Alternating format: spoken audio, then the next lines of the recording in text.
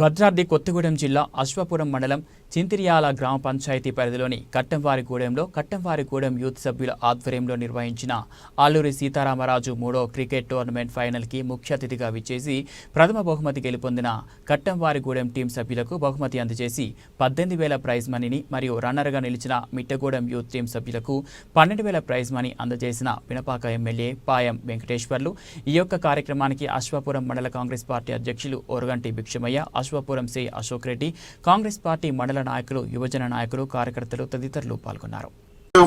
Youth ఆధ్వర్యంలో అల్లూరి సీతారామరాజు 3వ cricket tourney గత వారం రోజులుగా విజయవంతంగా ముగించుకొని ముగింపు సందర్భంగా ఈ కార్యక్రమంలో పాల్గొన్నటువంటి మన సిఐ గారు అశోక్ రెడ్డి గారు, మన వీరికి ఇచ్చేసినటువంటి మండల కాంగ్రెస్ అధ్యక్షులు భిక్షమయ్య గారు, రమేష్ గారు, కేశవరెడ్డి గారు, మన ఎక్సో జిల్లా కోఆప్షన్ సభ్యులు షర్ఫుద్దీన్ గారు, మన భద్రారెడ్డి గారు, సత్యనారాయణ గారు, తెల్ల వీరభద్రం గారు, నరేష్ గారు, ఇంకా అందరికీ పేరు పేరున అదేవిధంగా ఈ ప్రాంతవాసి మీ అందరికీ సుపరిచితులు.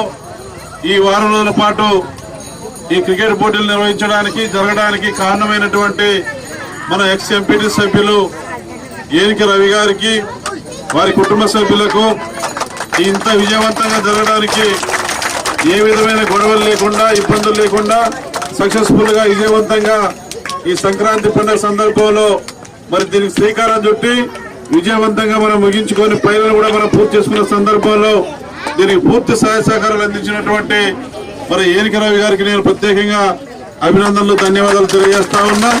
అదేవిధంగా ఏనిక రవితో పాటు ఈ కార్యక్రమ నిర్వహణ వారికి సంబంధించినటువంటి ఆ టీం సభ్యులందరికీ కూడా ధన్యవాదాలు తెలియజేస్తూ మరి గత వారం రోజులుగా ఒక చక్కటి కార్యక్రమానికి నాంది పలికారు. ఇది 3వసారి అల్లూరి సీతారామరాజు క్రికెట్ టోర్నమెంట్ 3వసారి జరుపుతున్నామని రవి చెప్పినాడు. ఈ వారం రోజు జరిగినటువంటి ఈ పోటీల్లో మన అశ్వాపురం మండలం నుంచి దాదాపుగా మొత్తం 32 టీంలు వచ్చాయి. వాటన్నింటినీ కొట్టుకుంటూ మీలో ఉన్నటువంటి టాలెంట్ ఏదైతే ఉందో మీ టాలెంట్ మీరు ప్రూవ్ చేసుకున్నారు. చక్కటి ఫైనల్ చూసాం, మేము చాలా సరదాగా చూసినాం. మేము అందరం కూడా చక్కటి ఆట ప్రదర్శన కనబర్చారు. మరి ఈ రోజున ఏదైతే ఫైనల్లో 30 టీముల్ని కొట్టి మీలో ఉన్న క్రీడా స్ఫూర్తి క్రీడా టాలెంట్ ని మీరు రుజువు చేసుకున్నారు.